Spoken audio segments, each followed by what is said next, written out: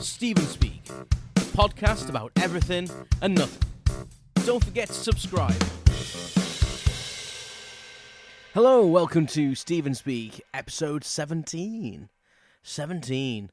Hey, we're getting up them figures now. How are you? I hope you're very, very well. I'm doing quite well. Thank you very much for asking. I'm looking forward, weirdly enough, for this series to come to a close, because I'm really excited about the equipment I've ordered, by the way, hasn't still arrived, which is really frustrating.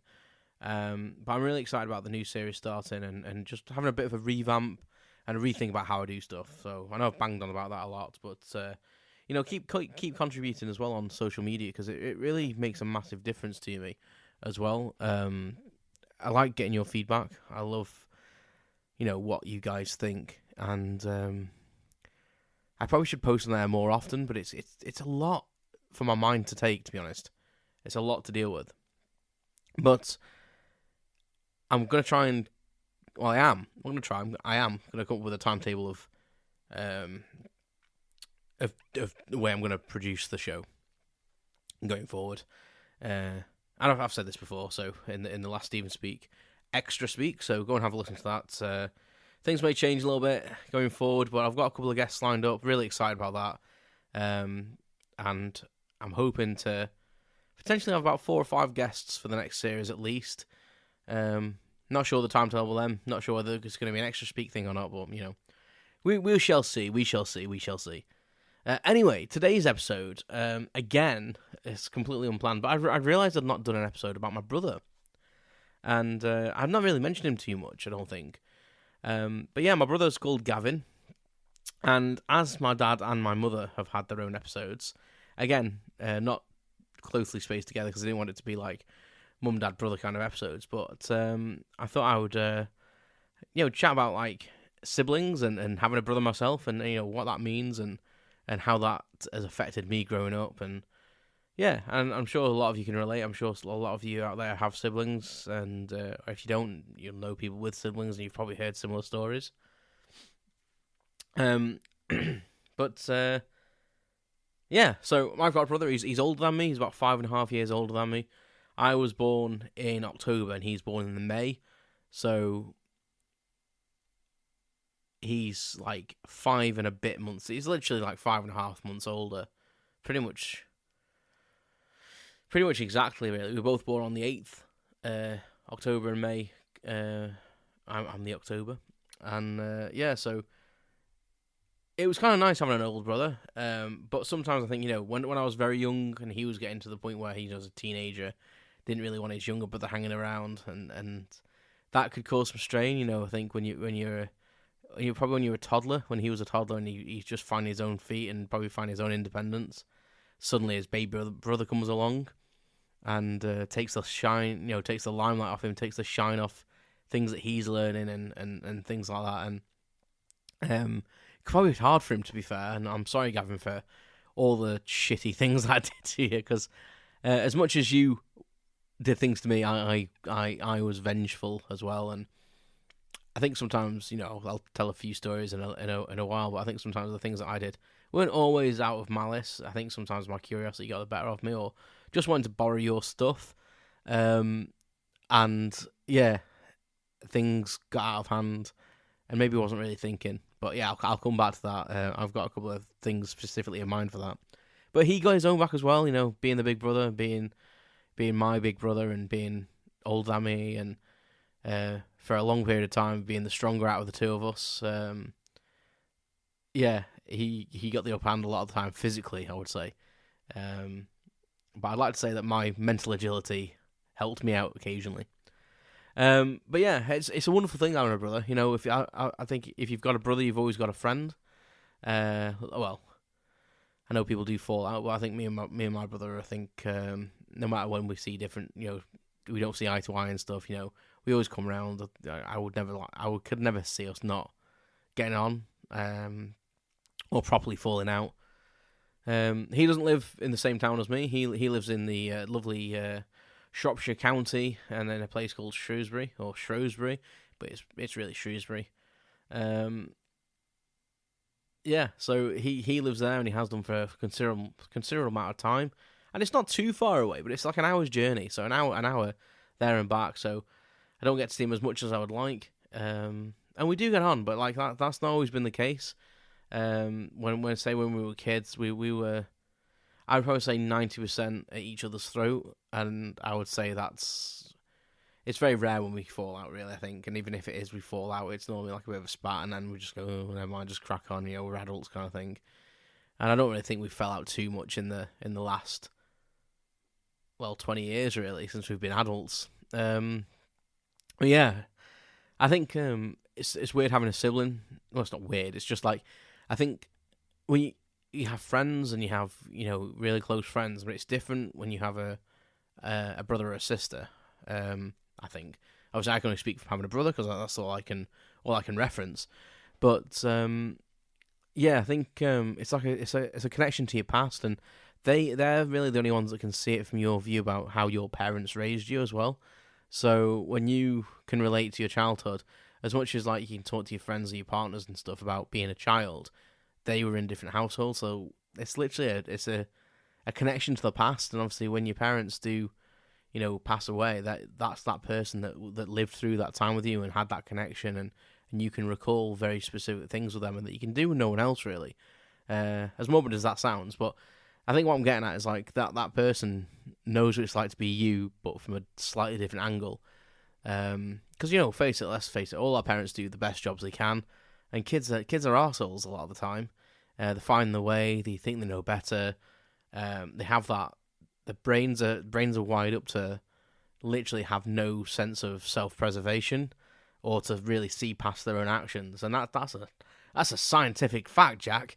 And I think it's lovely to have a sibling, and as much as he used to pain me when I was a child, and I think at times I would probably kind of wish that he was out of existence. I kind of wish that he wasn't my brother sometimes, and that sounds terrible, but when you just in the moment when he's done something to me or hit me or been teasing me all day or whatever, but I wouldn't have it any other way, and looking back at my childhood, I think a lot of things that we did together, good or bad, it shapes you, doesn't it? Like all the stuff we do in our lives shapes us, and then how we get punished for things off our parents as well, and the differences that they make between us sometimes as well, I think is quite incredible. And the reason I'm talking about this today, by the way, is because we were just at my mother-in-law's house, and we were talking about this, really. We were talking about differences, and I told a couple of the stories that I'm going to tell you. And, it kind of got me thinking. I thought, what, I actually want to tell you guys this. And I'd realised I'd not done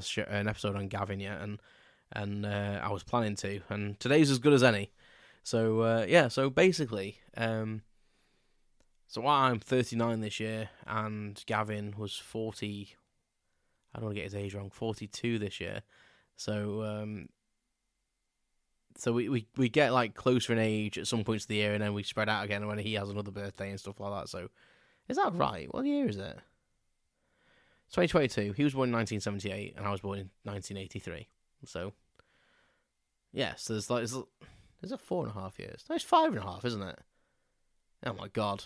I've got to that age where I doubt facts and can't work it out. Anyway, there's an age gap.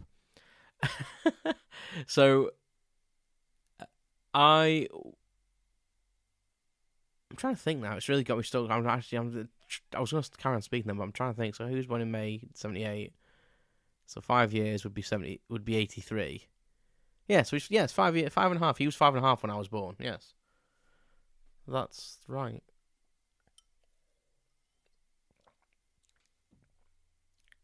For some reason, my brain doesn't compute that. Anyway, yeah. So, as I've said, I think he didn't really want a sibling.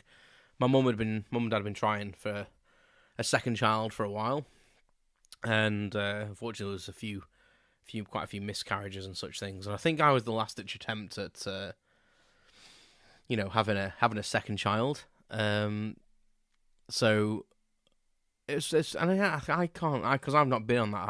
I've not been on the receiving end of having a younger sibling, but I can imagine that's quite a traumatizing experience, and I believe he didn't want.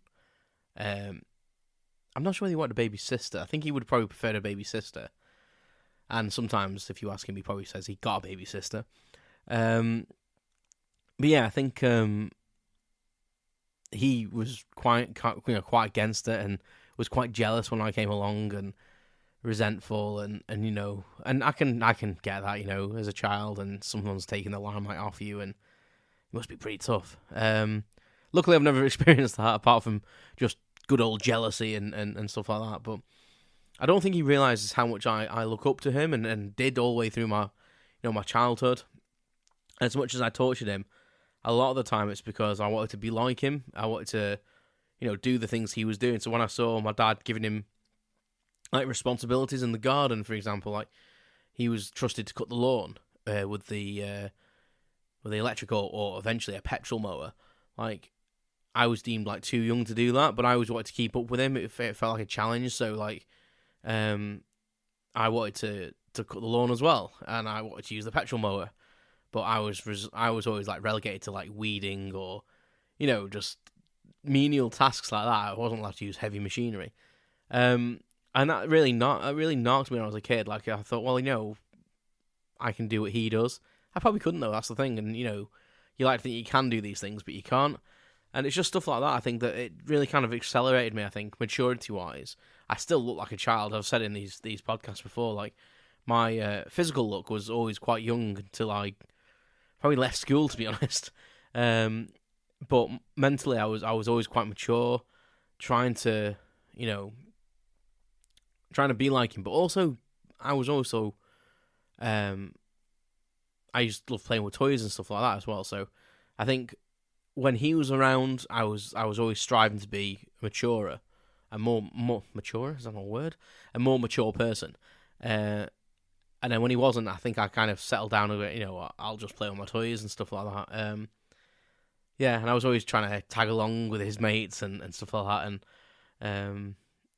And I think as well, like when he used to get some of his friends around who were girls, they usually used to come up to me, and he probably fancied them, and they always used to come up to me and go, "Oh, aren't you cute?" and all this.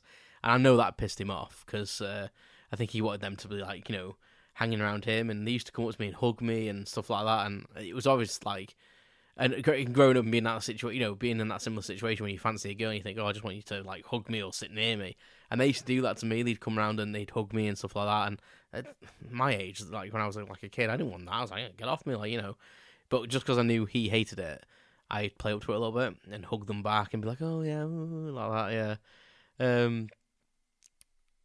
And brothers and sisters, I think they have to be mean to each other as well. I think to a degree it's needed, and it's prepares you for things in the outside world, prepares you for school, prepares you for a bit of teasing. And I'm not saying like there's obviously a limit to it before it becomes like bullying and stuff like that. But when it's siblings and stuff, you kind of expect it a little bit, and there's that mutual love there as well. There's always that underlying love. You don't actually physically mean harm or hurt and stuff to them, even though sometimes you do think it. You don't want it to actually manifest. But some of the things that we did to each other, like for me, I used to always want to borrow his things. I always thought it's that age-old thing. If he got a toy and I got a toy, I always thought his toy was cooler. Even though I'd be really satisfied with what I'd got, I'd look at his and think, his is pretty mint. Like his is like, I'd like to have a play with that as well. And I try and borrow his toys and stuff like that. And then when he got a bit older, I used to like try and listen to his music and borrow tapes off him. So I'd like borrow cassette tapes, but I had like a shitty Fisher Price cassette player, and he had a good hi-fi. So I sneak into his room, like against my mum and dad's wishes. They told me not to go into his room and borrow his stuff. But I'd sneak into his room and borrow a tape. And every so often, my Fisher Price cassette recorder would like mangle a tape. Now, for any of you old enough to remember cassettes, if they got mangled in the heads, like firstly, it could actually damage the cassette tape itself. It could like crease it. So then you get like weird warping sounds and scratchy sounds on the tape when you're playing it, and it like sounds distorted. And sometimes it sounds like it's either going faster or slower, depending on how it's wound.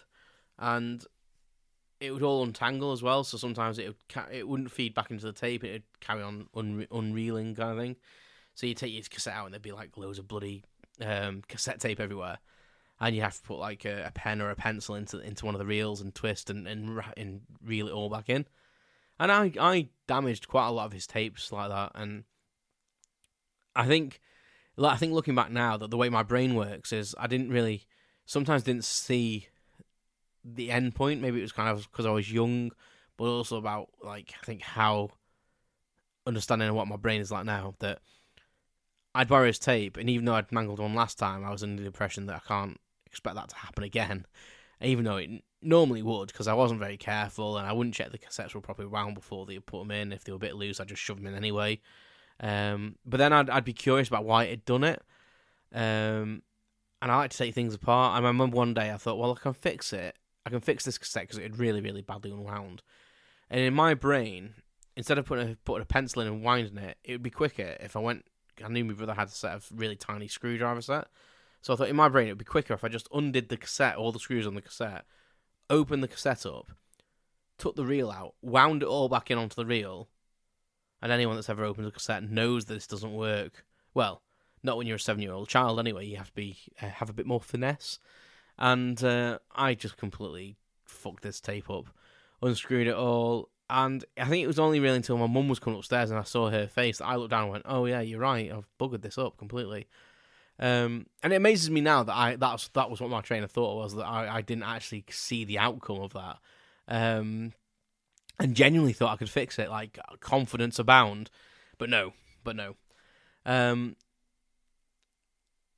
So, I did do stuff like that to him. I used to borrow his cassettes, like against Mum and Dad's rules. Like, I used to beg to, when he got a new computer system, we used to have an Amstrad CP464, which was actually Gavin's really, but we used to play on it, and he was made to share it with me. And then he had an Amiga, which was his, and I used to beg to help, to play games on it with him. And, looking back, he put up with a lot because it was his. And I'd go and say to Mum and Dad, like, "Oh, he won't let me have a go." And they even bought me games for his computer system, which is shitty, really, isn't it, if you think about it? Because it was his toy, it was his computer system, and yet I was allowed to purchase games to play on it. Looking back to me, that is weird, and I feel sorry for him, to be honest.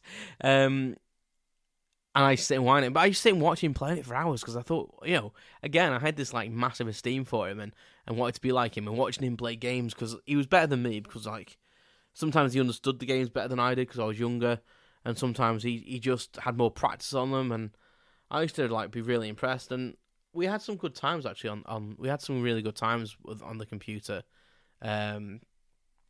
because it was like that shared space, that shared time. It would normally end up in an argument, but we had some really nice intermediate times, because it normally ended up like, "It's my go now, Gavin. No, I'm just having one more go. Well, now it's my go. I'm having one more go. Well, it's my go now. I'm having one more go." And so on until I kicked off, or I grabbed the mouse or the joystick off him, or, it's crazy, isn't it? But, anyone that's had a sibling understands that these small little spats can escalate so quickly, and one little thing as well, like just a poke or a prod here and there, and it's the things that build up over the day. So it's the little tongue out, and when your mum's speaking to you and they're doing something behind your back, and vice versa, or that they say something and you kind of like your parents blame the wrong child or tell the wrong child off. Really, really, really bizarre. But he got his own back on me. He got his own back many, many times. And a couple of stories I'm going to share with you is one when... I'll tell you what I'll tell you. I bit him on the arse once. That's another time that I really upset him and made him cry. And I'm sure he remembers this. We were wrestling in his bed, and I don't really know how old I was. I feel like I was like 5, maybe 6, so he was about 11 or 12. And we were wrestling in his bed one day, and he'd been sat on my face, trying to fart in my face. This is what lads do. And we were wrestling. He just sat on my face for ages, and he wouldn't move, and he was bigger than stronger than me. And it was disgusting. I remember thinking, I'm going to die. I'm going to die with an arse in my face. And I just thought to myself, well, the only thing you can do is bite him. And then I didn't really know how hard to bite, I don't think. So I thought, I'm going to bite him. I am going to bite him. So I literally took the biggest amount I could in my mouth and bit as hard down as I could. And he stood up with such a squeal and a yell. And I remember him dragging me a little bit, because I was that hard, like biting down that hard, that he actually dragged me before I let go. And he was like rolling around the floor, and he was crying, and he was shouting for mum. And before even like he really get to the top of the stairs, like she was already booming her way up the stairs. Like, what's going on? I think she presumed it was me that was crying, because he used to make me cry a lot by he'd tease me and stuff like that, or he'd hit me, and it'd normally be me that came on crying because I was younger. And not because I was a wimp. It took me a lot really to get to that level, because I used to like retaliate quite a lot. I used to get frustrated, so to make me cry, it was normally frustration, because he was older and he could get one up on me. And this day I bit him on the arse, and I got terribly told off for it. And I remember my mum putting some, like, she pulled his trousers down, and she told me to come and look, and she showed me his bum cheek. and I'll never forget this like, is my perfect like set of teeth marks on his arse. And I was actually quite proud. Like, she showed me to like tell me off and say, "Look what you've done to your brother. Oh my god, this is bloody awful." And I just remember thinking to myself, "I'm ace. That's brilliant. I've bit him on the arse, and good on me." But he got his own back. He got his own back, and there's two vivid things from my childhood. And the first one, I'm not too sure how old I was. I can't remember if he was like still in high school, like maybe like year 4 or 5, which is like 15, 16 years old, or whether he'd already started college. I feel like he may have just started college. He did drama, and he's a good actor, and he's wasted. He should be on stage, or he should be in TV. He's bloody brilliant. He's got so many talents, my brother, and it's infuriating because he does things so effortlessly, and he sticks at them as well, and learns a craft. Whereas I'm talented, but marginally, I say. I always feel like that I can turn my hand to anything but never stick with stuff, which is super annoying. But he actually has talent in specific areas that he actually is honed. And one of them is acting, and I say he should be in on stage. And Gavin, you should be doing something with this. There's never too late to start. And I know what he would say. He'd be like, take your own advice. True. But anyway, yeah. So he may have been like 18 or 19. So it would have made me anyway like 12, 13, 14.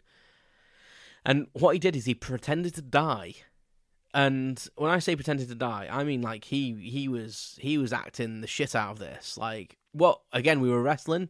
I don't know why. We were just pissing around, and I feel like I was trying to get something off him. He'd nick something off me or something like that. And I'd gone into his room, and we were on his bed, and I'd got him in a headlock or something, and then I threw myself around and like dropped on him or something like that, and like kind of like a semi-wrestling move. And I know you shouldn't do them things at home, but he I don't know if he cracked his knuckles or something, but as I landed on him, like his neck bent weird, and I just heard this massive crack.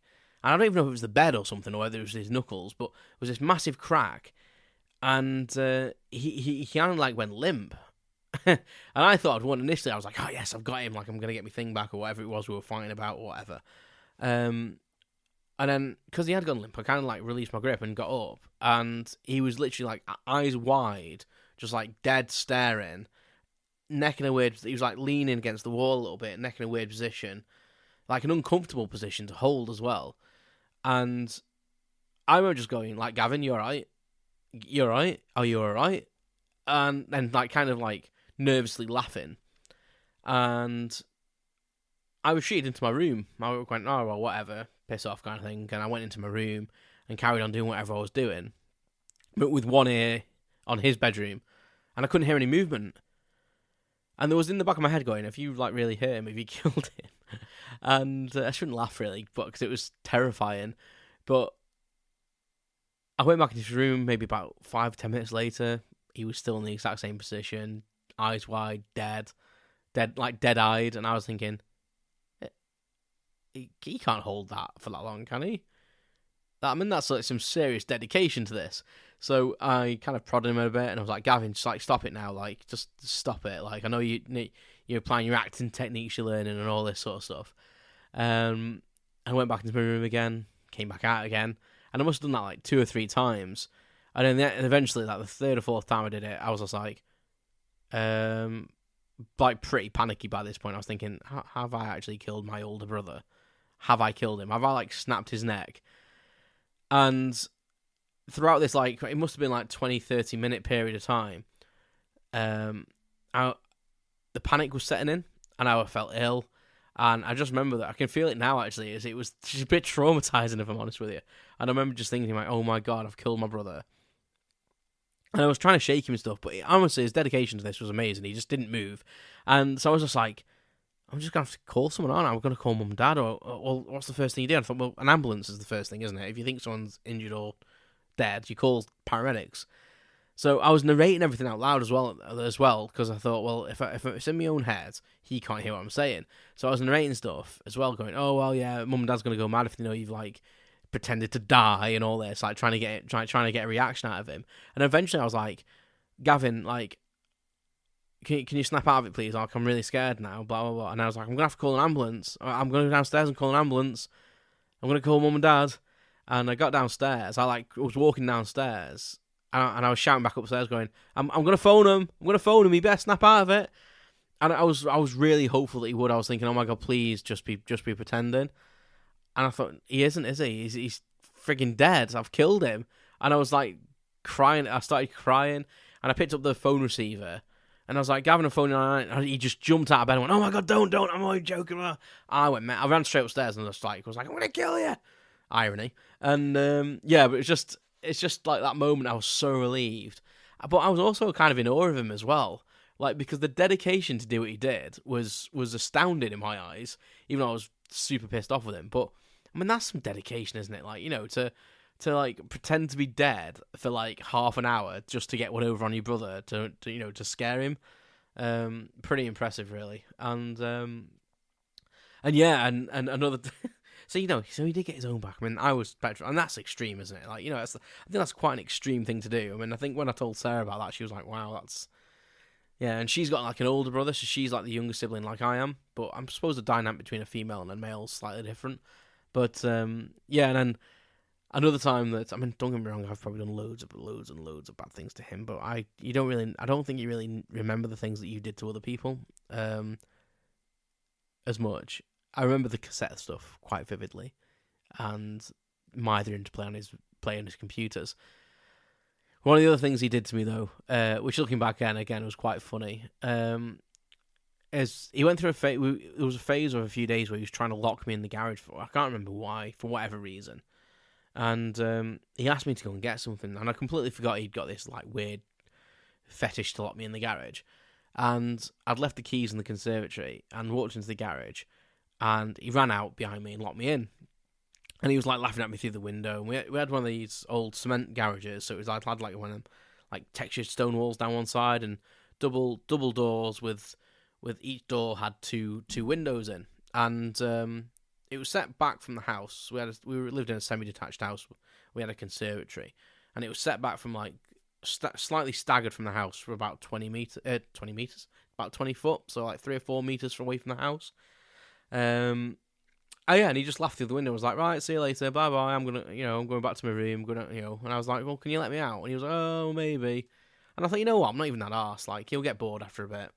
I should have really recalled the dead incident, because my brother's got some staying power, and I think at the time, we were probably about the same age, maybe a little bit older, actually. He may have even been working from home at the time, and... So I may have been like 15 or 16. I don't even know. I can't recall. We were both like teenagers. But he left me there for 6 or 7 hours. That's the point of the story, and that's some dedication. And I wasn't asked. Probably, I think the dog was in there as well with me. I think the dog was actually in there. So the dog had food, but I was more worried the dog was kind of a crab and it'd stink. And I was actually then concerned that, what if I need to go? And then I was less concerned because I thought there was bags in here. I could always poop in a bag and wee in a bag or wee in a cup or something like that. Because, you know, garages have loads of crap in them, don't they? But I'd for some reason taken a drink out with me. I'd got a bottle of pop in my hand. Or there was pop in the garage. I can't quite remember. But I remember I had this drink with me. And my dad had like put some crisps in the garage. So I thought, oh, I've got food. Oh, that's what we had, a fridge in the garage. That's what it was. And there was drink in there. Cans or bottles. And so the first 2 or 3 hours, I wasn't that arsed. We had a dartboard in the garage, so I was practicing darts. But then after about 4 hours, I was just like, yeah, you need to let me out now. And I could see his bedroom from the garage window, and I'd every so often look up and see him waving at me.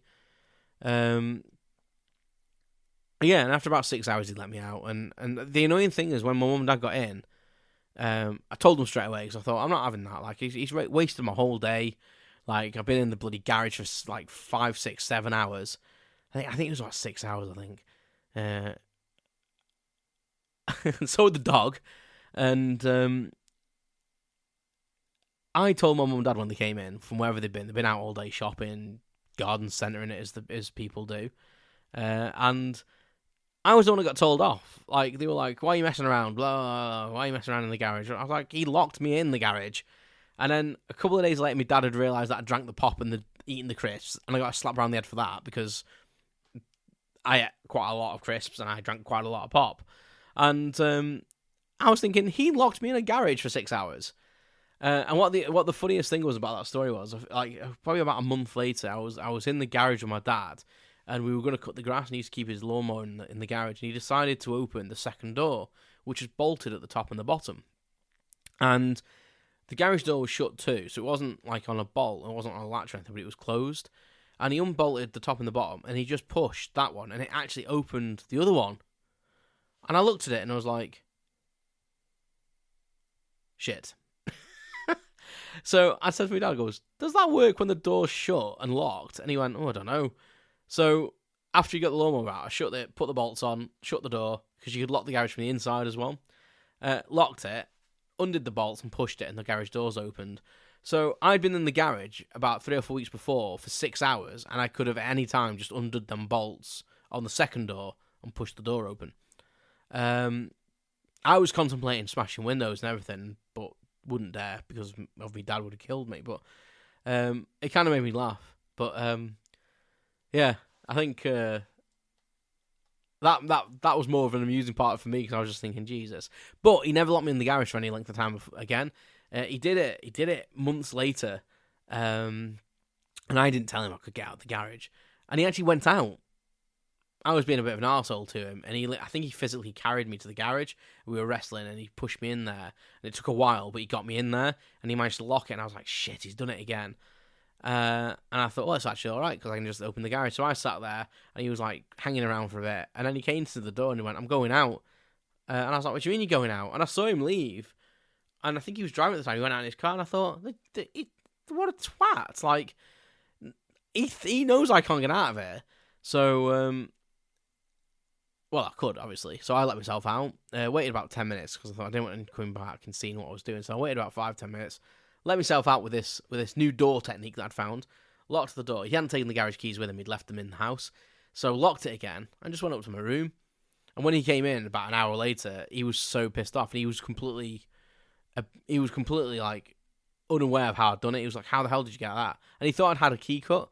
And I was like, yeah, because I carry a key around with me all the time, just in case you want to lock me in the garage. And it was hilarious. And I was like, I've got one up on you again. But I got my revenge. Like, his revenge was more. I always found with Gavin, like, his revenge was more direct and maybe of a violent nature. I would say he had a bit of angry. And even though I can get angry, I used to try and play tactics. So he would do something physical and hit me, but because of something I had done. So it was retaliation for something psychological. So I would like say things under my breath that Mum and Dad couldn't hear, and wind him up and wind him up and wind him up. And then he'd go mental, but I'd make sure it was in front of my parents. And then they'd be like, "What, Gavin, what are you doing?" And he'd be like, "He's been doing it. Oh, you're the older brother. Like, you should know better. You're the older brother." And yeah, I was a bit of a shit like that. So I was finding that I thought I used my intellect better. However, Gavin could stick to something, as you can tell, like half an hour playing dead, locking someone in the garage for 6 hours. Like, that's another level stuff. But I wouldn't have it any other way. I think once we got to a certain age, like when I kind of like turned 18 and he'd been university, like that, I think that gap as well, like him leaving for university, kind of really like solidified our like friendship, really, because of that bit of space and us both maturing separately. Like when we'd see each other, it was like more precious time. So we didn't want to have fights. We didn't want to piss each other off. And yeah, we've got a good relationship, I think. And I need to see him more often, though. I do need to see him more often. That's the only thing. Like, life gets in the way, distance gets in. But it's not far, is it? Like, an hour drive isn't that far. So more effort required. I think that's what I'm learning from this podcast. I need to make more effort in much things. It kind of like is the format of this show. No effort, but effort, but no effort. Maybe that should be the tagline of the show. But yeah, having a sibling is great, and I think if you've got one, you maybe not appreciate it when you're younger, but when you get older, you do realise what that connection gives you, and that tie to the past is vital, and yeah, and if you're not speaking to your sibling or you fell out, be the first one to reach out, because I think that's important. Life's short, and they're blood, and they're a unique connection, and you're never gonna get that in a friend. Like, as good as your friends can be, they don't have that connection with your house, and they don't have that connection with your parents. And if you need a kidney, then they're there, then, aren't they? I'm only joking. Maybe not. Well, thank you for listening. That's taken us to just a bit over what I was expecting, but I like to talk these things out. Thank you very much for listening. I say keep please contact me on social media. If you would like to be a guest, contact me. If you think you've got something to say that's interesting, or you've got a topic in mind, or you do something, you have a business maybe that you want to promote, which is interesting, or you've just got an interest or a hobby that's you think would be interesting, just contact me and we'll see what we can do. I'd like to keep the individual things going, but I also would love to introduce guests. I think the whole dynamic of interacting with someone's going to be brilliant for the episodes. Yeah, but I want to increase my social media footprint and post a bit more often. But for me it's quite demanding. I know that sounds terrible, but I think if people were interacting with me more, it would help me more, because I would know people are actually paying attention to what I'm doing. So even if you like and stuff like that, and maybe the odd comment would really help me out. So thank you. But thank you for listening, and take care of yourselves, and I will see you on the next Stephen Speak. Ta! You've been listening to Stephen Speak podcast. I'd appreciate it if you hit the subscribe button.